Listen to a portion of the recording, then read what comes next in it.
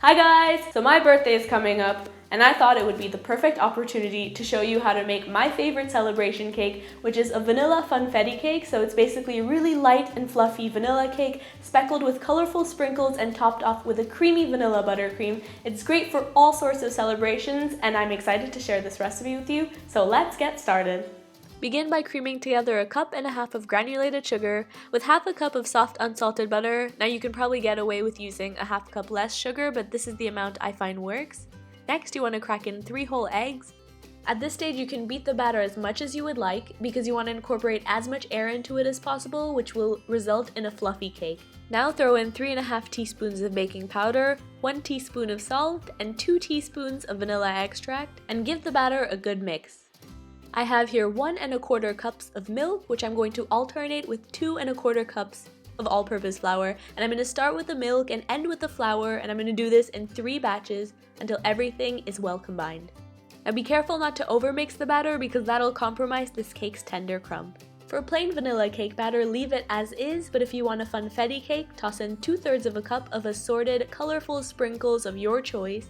I find that Wilton's jimmies are perfect for this recipe because they don't bleed, and when you're left with a batter dotted with bits of color, you can pour it into your prepared pans. I'm using 2 9-inch cake pans that I've greased with butter, lined with parchment paper, and dusted with flour to ensure that it doesn't stick.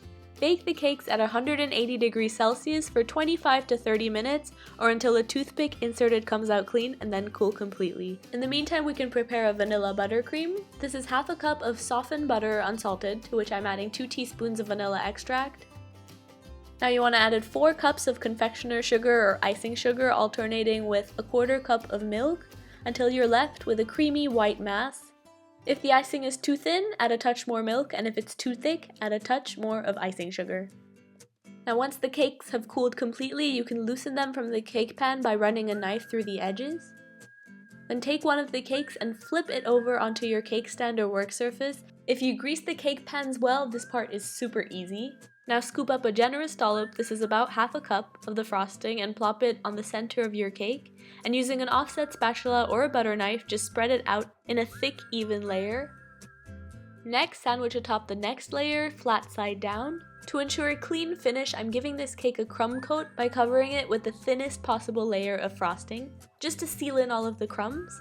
Then you want to pop the cake into the refrigerator for about 30 minutes to an hour or until the layer has firmed up and set. Then lather on the remaining frosting, and you'll notice that it's a lot easier and cleaner to spread because of that crumb coat. To finish the cake, I'm giving it a whimsical touch by creating circular movements with the tip of my spatula.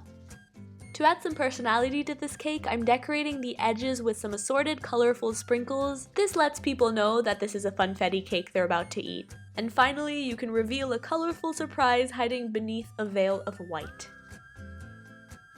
Now I'll be honest with you, this cake is on the sweeter side due to the quantity of sprinkles, the sweetness of the buttercream, and the sweetness of the cake itself, so you might want to pair it with a chocolate buttercream. But that being said, it's a great cake for special occasions. It's light, fluffy, and it's just perfect for any sort of celebration.